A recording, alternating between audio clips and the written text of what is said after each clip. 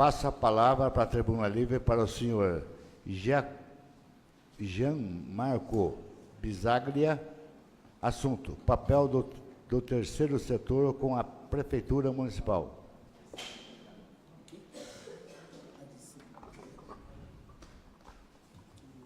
Mater Dei, status atual, os projetos do bairro comunitário da entidade. Senhor Giacomino, o senhor tem a palavra por 20 minutos, sem interrupção, sem a parte. Bom, oi, alô. Senhor presidente da Câmara, Tiãozinho da Farmácia, em nome de quem cumprimento todos os vereadores da Casa, agradecendo a sessão Tribuna Livre, especial agradecimento ao vereador Marcão, que facilitou aqui a nossa solicitação.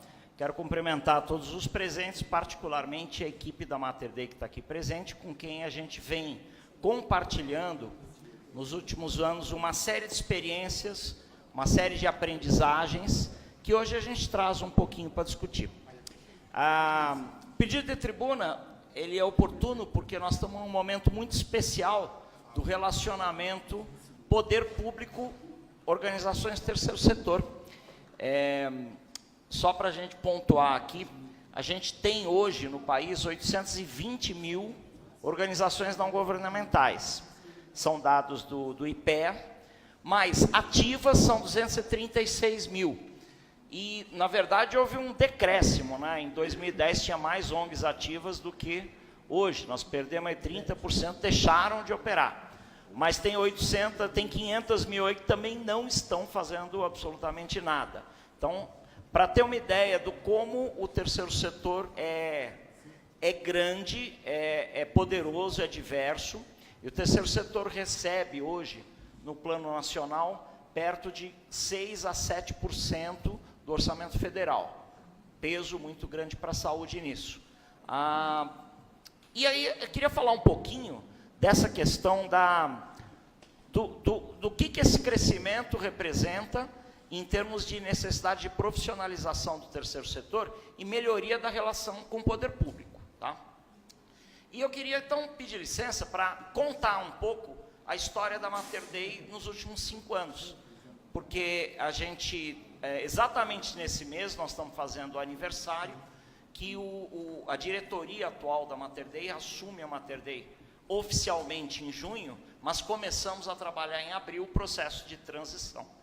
Acho que muitos conhecem, a Mater Dei é uma organização tradicional de Atibaia, ela foi fundada no ano 2000. E quando a gente assumiu a Mater Dei, ela tinha um foco muito específico de trabalho com gravidez precoce. Trabalhava até a denominação de Casa de Apoio à Menina, que trabalhava com adolescentes, gestantes em situação de vulnerabilidade social. Trabalho muito bonito, feito, conduzido com muito carinho, com muito empenho durante muitos anos. E assumimos, ao assumir o projeto em 2014, a gente entendeu que o projeto precisava você ter uma organização somente para atender a questão da gravidez precoce era pouco. E a gente desdobra, nos últimos 5 anos, o trabalho da Mater Dei para uma série de outras áreas. Cultura, cidadania, desenvolvimento comunitário, saúde na adolescência, ressignificando um pouquinho o nosso entendimento do que é território, do que é trabalhar problema social do ponto de vista do terceiro setor e, principalmente, o que é estabelecer parceria com o poder público para poder realizar esse trabalho. Hoje, as gestantes ganharam companhia, a gente trabalha com idosos, crianças, adolescentes, desempregados.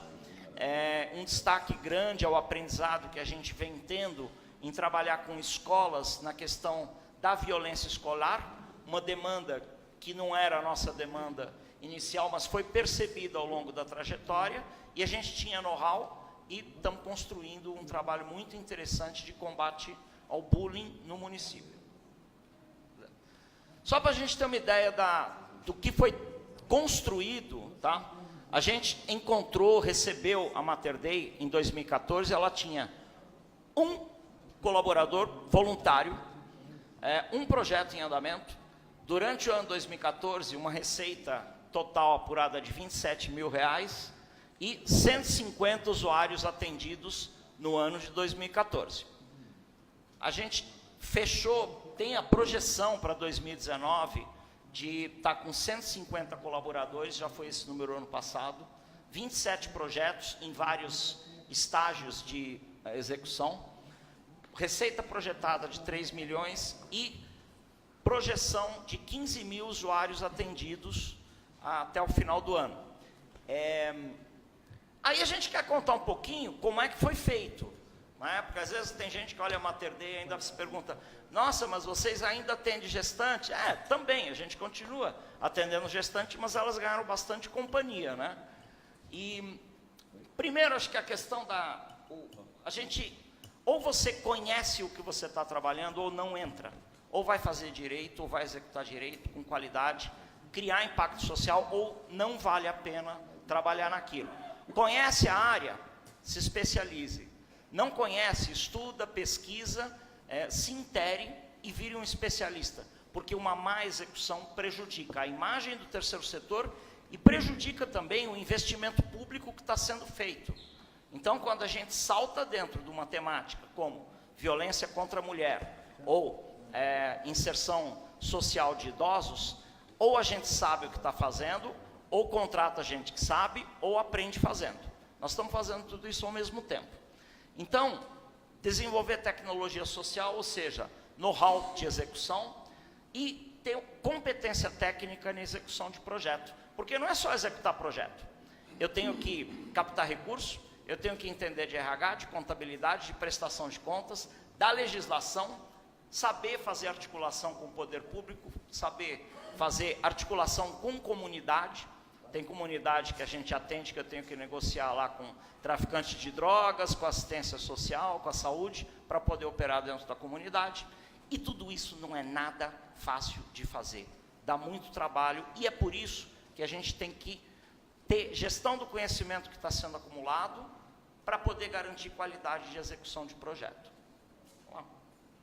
Queria só constatar que em 5 anos, só com a Prefeitura de Atibaia, a gente fechou 39 contratos, em modalidades diferentes, tá? Convênio, termo de colaboração, fomento e prestação de serviço. Segundo ponto do porquê dá certo, né? Articulação permanente, institucional, política para atração de parceiros. A organização que não fizer esse trabalho de diversificar a fonte de captação, ela está rendida. Ela está limitada na sua operação. Então, teve uma época em que eu chegava para um prefeito, para um secretário, levava um projeto, pô, esse projeto é bacana, politicamente interessa, vamos fazer um convênio aqui, põe para andar. Hoje você tem um rito diferente, tem legislação, tem processo licitatório, tem controle social, tem uma comissão isenta, que analisa, que acompanha, tem uma prestação de conta dentro do outro rito, e quando a gente olhou esse cenário em 2014, a gente fez uma aposta. Muitas organizações não vão ter mais condição de operar nessa nova modalidade de contratação com o terceiro setor. E aí um pouco do crescimento, acho que da Mater Dei, foi não tanto só por nossos méritos, mas muitas organizações deixaram de operar com a Prefeitura. Ou porque quebraram, ou porque não conseguiram mais prestar conta, ou porque se desinteressaram pela complexidade do que é o trabalho. A diversificação de fontes de receita também, ela traz um pouco de autonomia, depender única e exclusivamente de um contrato ou de uma fonte pagadora, qualquer empresário sabe que é um risco muito grande, né? Você tem um cliente só, se o cliente fica resfriado, você entra em estado terminal. Então, a gente tem procurado, já desde 2017, ter outros parceiros. Também acho que é muito importante quando você vai para o terreno, não importa se a tua intervenção é temática ou territorial, saber onde você está pisando, né? Como fala lá o Jorge Aragão, antes de pisar no terreiro, procure primeiro saber quem eu sou. Eu não posso entrar num bairro, falar sobre o bairro, se eu não pisar lá, amassar barro junto com as pessoas. Eu não posso conversar sobre violência na escola se eu não for sentar com o jovem que está batendo e apanhando lá, praticando e recebendo bullying, ok? E graças a esse árduo trabalho da nossa equipe, hoje a gente tem uma presença territorial invejável em Atibaia. São 19 bairros que têm alguma intervenção de projetos da Mater Dei, muitos deles feitos em equipamentos públicos, né, como centros de formação, escolas estaduais, municipais, e são quase 50 intervenções de vários projetos. O que é legal, né, que às vezes a gente... ontem estava conversando com uma secretária e falou, nossa, mas você mora no bairro? Não, não moro no bairro. E eu até fui poucas vezes num dos bairros que a gente está atendendo. Mas a interação com a comunidade vai mostrando o que o bairro precisa. A gente está acostumado a trabalhar com projeto social. Então, rapidamente você levanta um diagnóstico, entende o problema e começa a gerar as articulações para a solução. Então, só por um exemplo, nós estamos operando num projeto junto com a Fundação Banco do Brasil em Sorocaba, num conjunto habitacional com 2.600 famílias. Tá? É uma cidade de 9.000 pessoas. E conseguimos dialogar com representantes de todos os condomínios lá dentro, e está saindo um trabalho de educação ambiental incrível, que vai ser referenciado, está sendo assim, o parceiro, Prefeitura de Sorocaba, interessadíssimo em como construir uma metodologia para dar continuidade ao projeto. Enfim, coisas que têm gratificado bastante. Bom, tudo isso não é só para falar que a gente é bom, não. A gente está aprendendo muito, foi muita ralação para chegar até aqui. Ainda temos muita coisa para aprender, aperfeiçoar. Fomos agraciados, inclusive, com um reconhecimento da Ambev no projeto VOA. A Mater Dei é uma das 50 ONGs do país que vai participar de uma capacitação técnica com executivos da empresa. É um projeto que foi disputado aí por mais de 400 organizações, e a gente teve a sorte, né, a fortuna de estar dentro desse seleto grupo, né? Está ajudando muito a gente melhorar bastante o que a gente faz, e principalmente como a gente faz a gestão daquilo que a gente faz. Legal. Tudo isso é para dizer que uma organização do terceiro setor, quando ela está profissionalizada, tem meta e trabalha na estratégia correta, ela pode ter um crescimento muito rápido. Nós fizemos tudo isso aqui sem nenhum favor político. A gente fez isso aqui participando de processos licitatórios, chamamentos e sabendo articular e executar projeto com qualidade. Dessa experiência que eu queria falar um pouquinho da questão relacionamento poder público e terceiro setor. A gente tem trabalhado há 3 anos aqui, junto com outras organizações, a organização da rede do terceiro setor. Temos momentos de mais contato, mais ação, outros de menos. Fizemos um evento junto com a Prefeitura em dezembro, apresentamos uma série de questões importantes para melhorar a relação do poder público com as ONGs. Algumas coisas andaram, outras não, mas o que eu acho muito importante nisso tudo, o que é o cenário de oportunidades? A gente tem um marco regulatório, que é a Lei 13019, que levou 5 anos em elaboração, entrou em vigor para prefeituras em 2017. Esse é o grande ponto de virada que nós temos na forma como o dinheiro público é repassado para as organizações. Porque antes as regras não eram claras, elas não eram precisas. E hoje você tem mais amarra, mais controle, mais burocracia em consequência, mas um pouco mais de segurança no como esse repasse é feito. Tá? Vamos entender que o poder público tem hoje limitações de contratação de quadros próprios e de execução direta de projetos por conta da Lei de Responsabilidade Fiscal, somado a um decréscimo de repasses federais e estaduais, quer dizer, o dinheiro que verte para as áreas de interesse público está diminuindo, e o terceiro setor passa a ser a grande saída de contratação se a gente quiser, de fato, executar coisas. O grande risco é quando a gente começa a pensar em pôr quadros para execução direta, eu posso inchar a máquina e não necessariamente o investimento ser efetivo. Quando eu contrato uma organização não governamental que é especializada na matéria, a chance de eu ter um investimento e um espaço de realização e execução com qualidade de projeto é maior. Mas para isso precisam existir algumas condições importantes. O terceiro setor pode atuar praticamente em todas as áreas, desde lazer, meio ambiente, assistência social, infraestrutura, apoio à segurança pública e o que quiser. Poderia aqui ficar citando exemplos de bons projetos que o terceiro setor faz a ponte com o poder público e executa ações de interesse público, com muita competência. Qual é o cenário de riscos? E acho que aqui que eu chamo a atenção, a gente precisa trabalhar bastante aqui em Atibaia, a experiência acumulada nos 2 anos de operação da Lei 13.019, para que a gente possa ter aprendido com os erros e com os acertos.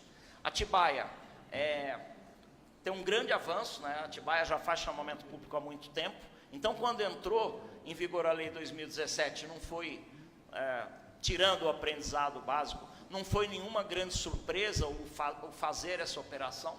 Mérito aqui a secretária Magali, Cláudia está aqui, né, da SADS, que mesmo antes da lei já vinha trabalhando com chamamentos públicos, procurando ajustar o modelo.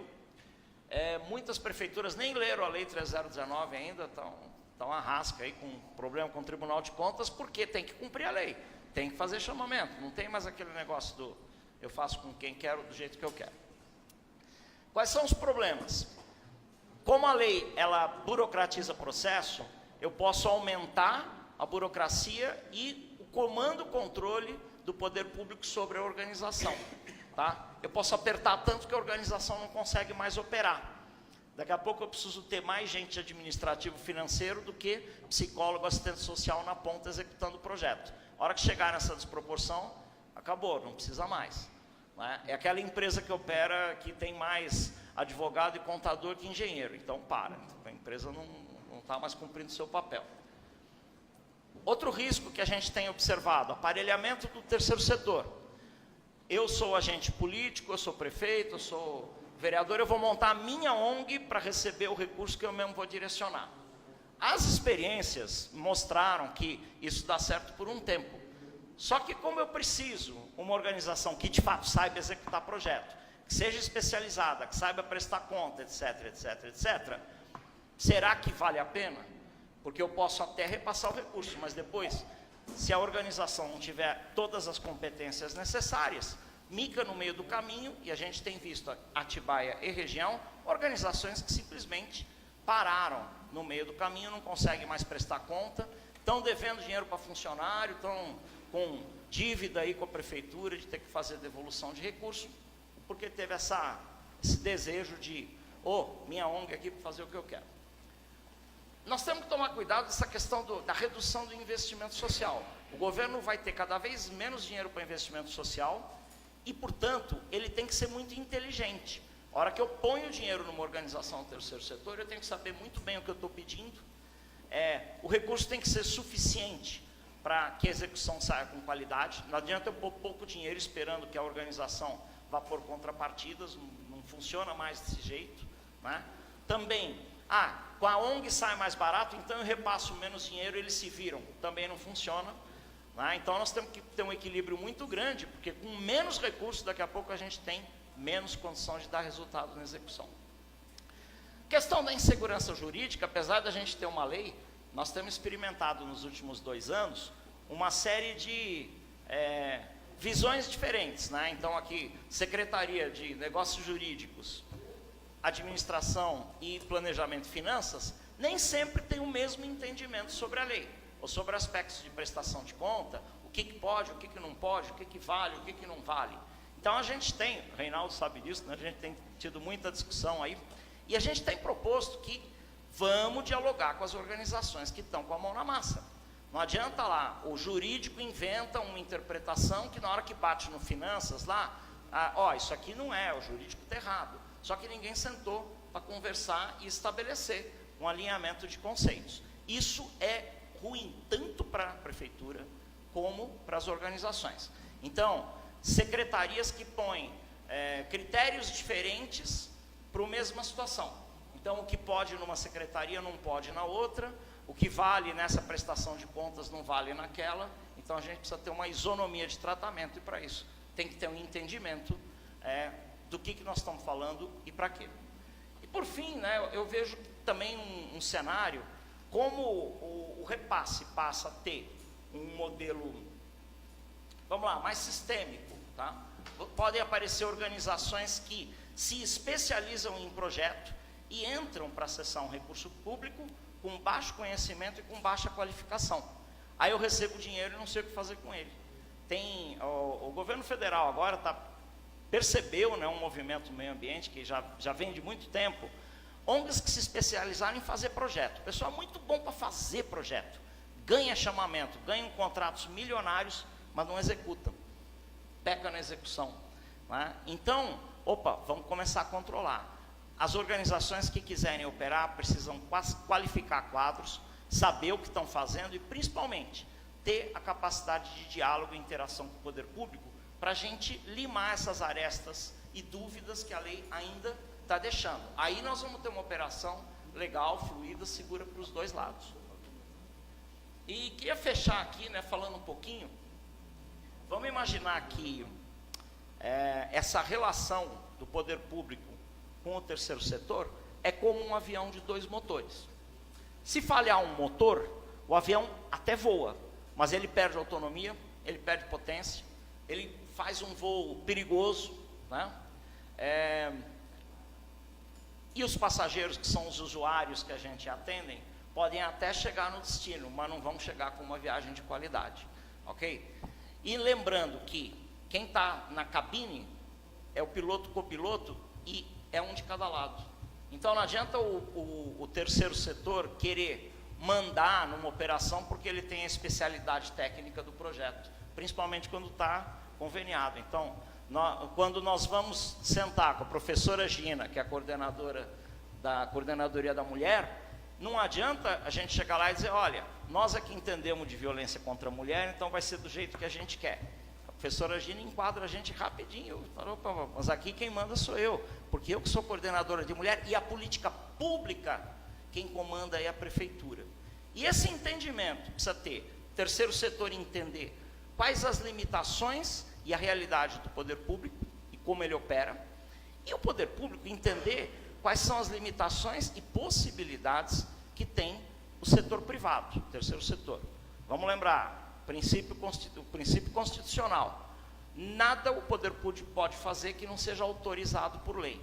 E nada, tudo o setor privado pode fazer, desde que não seja proibido por lei. Se houver esse entendimento, os 2 motores do avião funcionam, e aí nós vamos fazer um voo que beneficia toda a sociedade. É isso aí.